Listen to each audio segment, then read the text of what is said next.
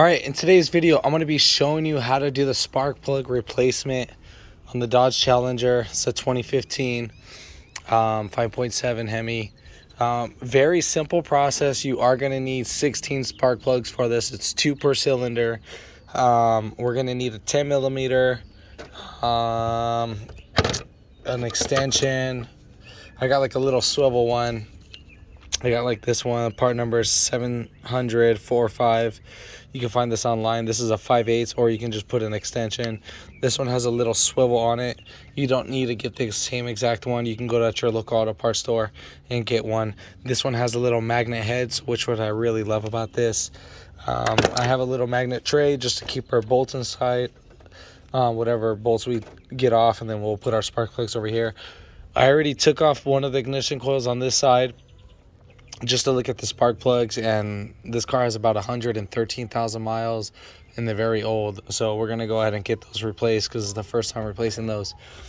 If you haven't already, give it a thumbs up, comment down below if you have any questions, and hit that subscribe button for more upcoming videos in the future. And we're gonna go ahead and start this video right after the intro.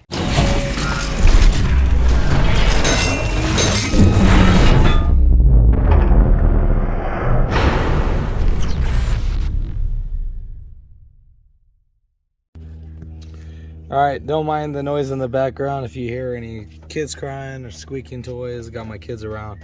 All right, so what we're gonna go ahead and do is we're gonna lift up the cover. You should have a little resistance. We'll have basically, 1, 2, 3. There should be a fourth one right here, but it stayed on the engine. So basically, I'm gonna go ahead and start off with the passenger side. We have 1, 2, 10 millimeters. There's 2 on each coil, so we got across from each other. So one right there, one right there. There's 1, 2, 3, 4, 5, 6, 7, and then the other one's 8 right over there. Those are all 10 millimeters.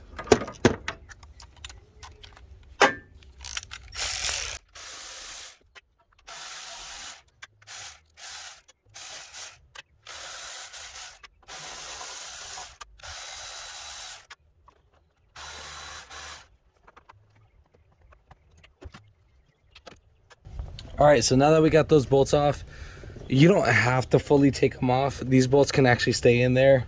I'm not gonna take off the connector from the ignition coil, so that's the reason why I took them off, just because they will fall out. So basically we'll just go ahead and lift this guy right up, and then we'll just just lean it over to the side, and we'll do that for all of them. This will just make it quicker.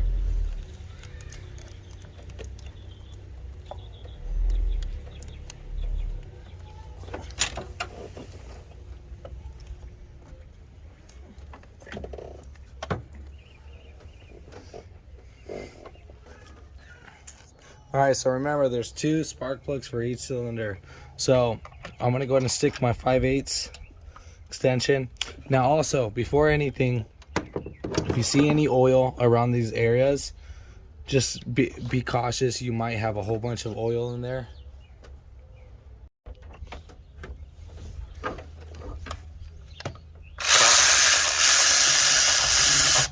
So getting back to see if you see any oil in your spark plug tube. Sorry about the camera moving around.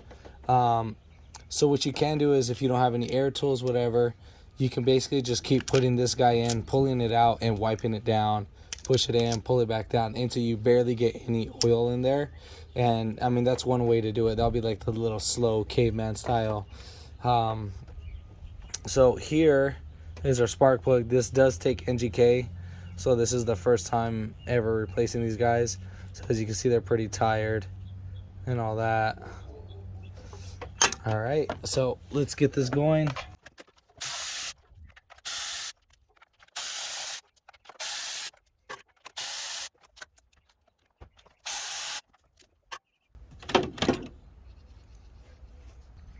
All right, so we're gonna go ahead and do the same thing for this side. Probably maybe the only thing, not really. If you need to, you could probably move this guy around. You just pull this back. Can you see that? Yeah, you can't see it. Let me just move this camera just like a hairline back. Sorry about the whole camera moving, guys. Trying my best. Been out of the recording game for a while.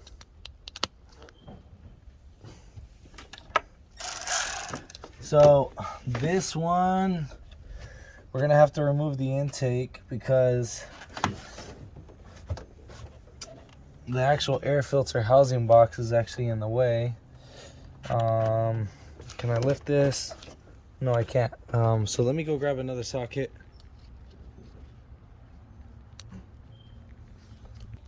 So the intake is in the way of one of the bolts right there. So we're gonna take off this 8mm bolt. Let's see if we can move that.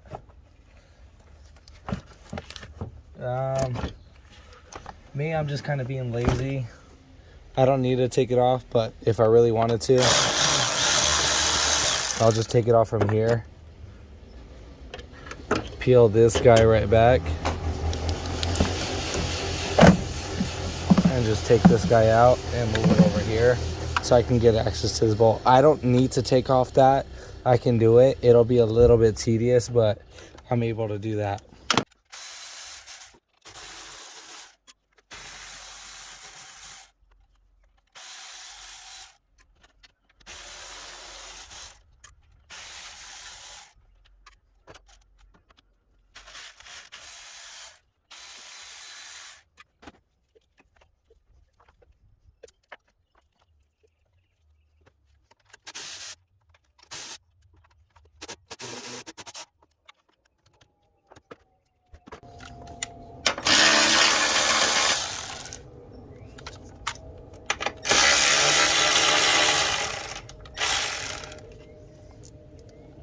So I took off these two 10mm bolts. There's one right here, and then there's another one.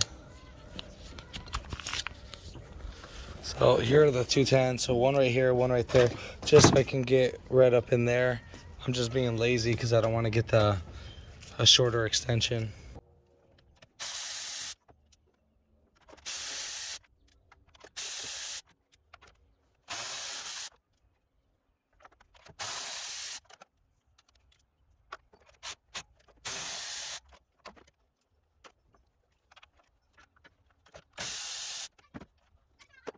All right, so I noticed that two of the spark plugs been replaced on that cylinder. I don't know the firing order, so I can't tell you what cylinder that is. But right here, you can see these have been replaced. So this must have had an issue, and what they did is they just replaced just the spark plugs only with the incorrect spark plugs.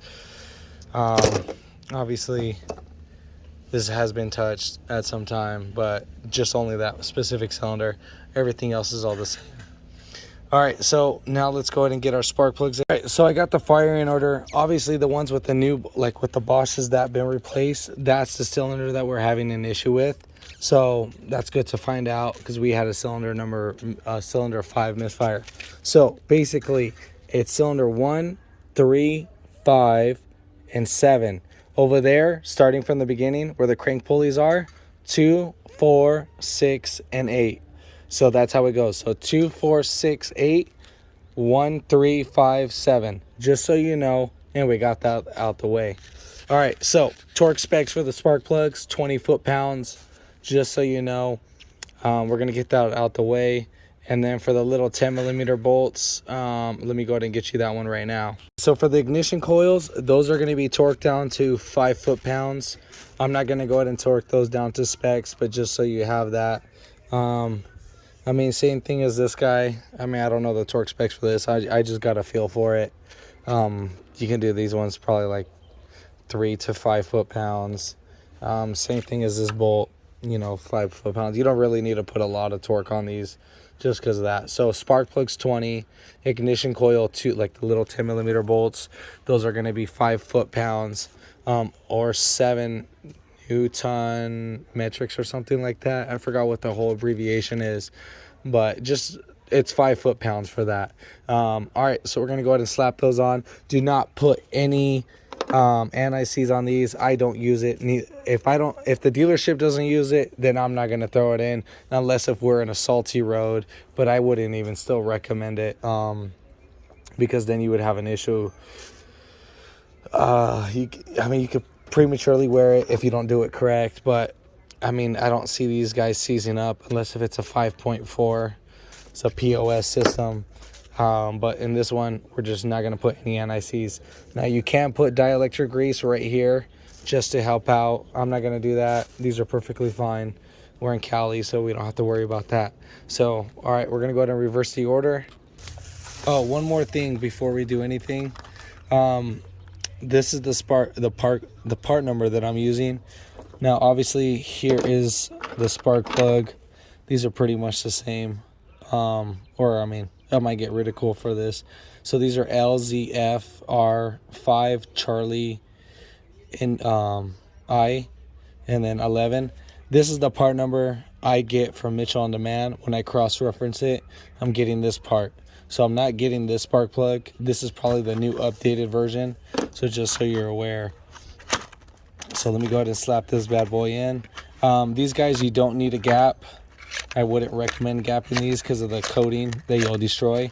So with NGK, they come with a little cardboard that will keep them from getting damaged and bottoming out during shipping. That's what I love about NGK.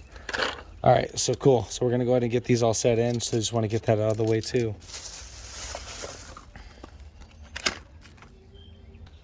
So I'm going to go ahead and drop these guys down in there. I know some of you guys are going to give me crap for this. So the way how I do it is I get my finger and I just kind of just slowly sneak them down in there. And they don't even drop down. Literally, it's just I'm guiding them down in the hole. I still got my finger on the porcelain and so forth. I mean, you're not going to damage that. So just so some of you guys give me crap for that.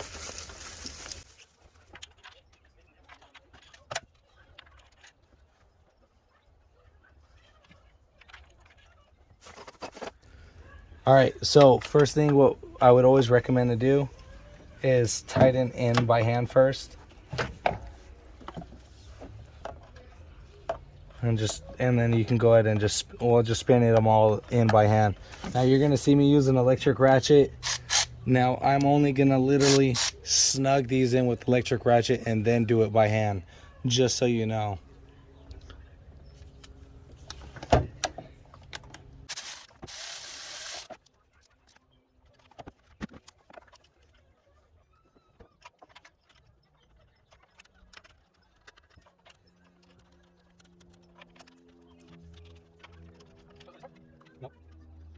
Yeah.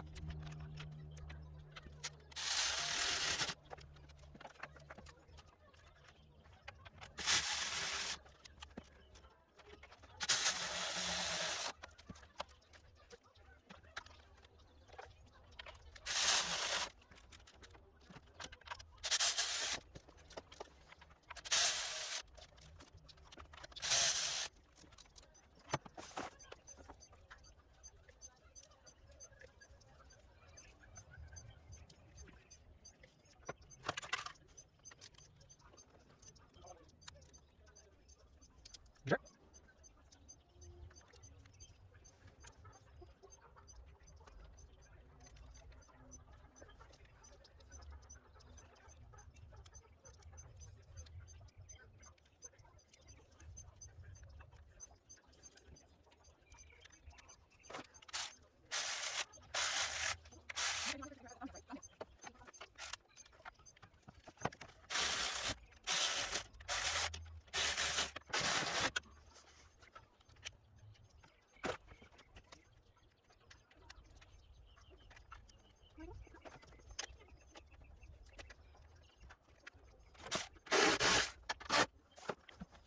Make sure that this little piece right here gets inserted inside here.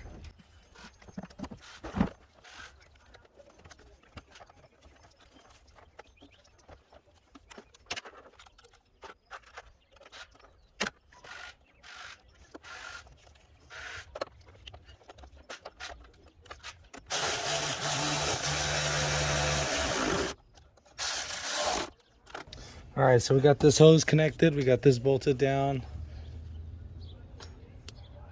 So you can see we got this bolted down and we're already done with this side. So now we're gonna go to the passenger side.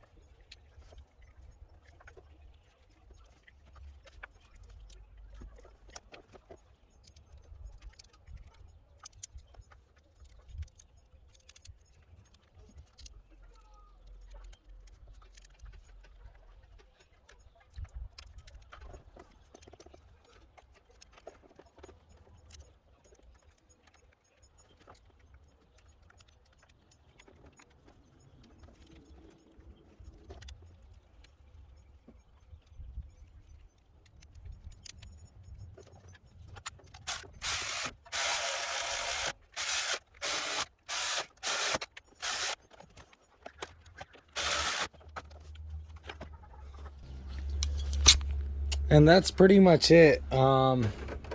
Yeah, but literally that is it. You're gonna go ahead and start the vehicle. I gotta do some other work.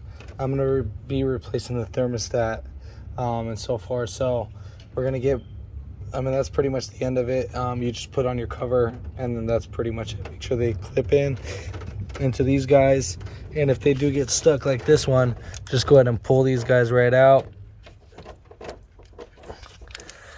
Just kind of lift up, you'll just peel them back, and just like this, and then go ahead and insert it back into the little cover, just like this.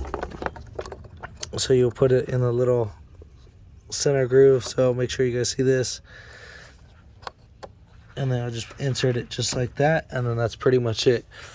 If this video helped you out, give it a thumbs up, comment down below if you have any questions, and hit that subscribe button for more coming videos in the future. And thanks for watching.